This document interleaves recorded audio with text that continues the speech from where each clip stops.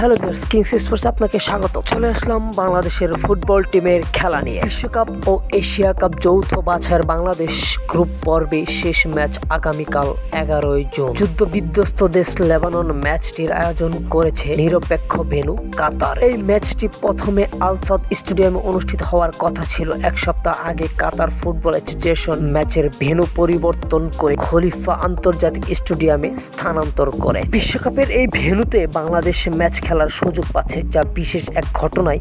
Stadium পরিবর্তন হলেও ম্যাচের সময়সূচি পরিবর্তন হয়নি।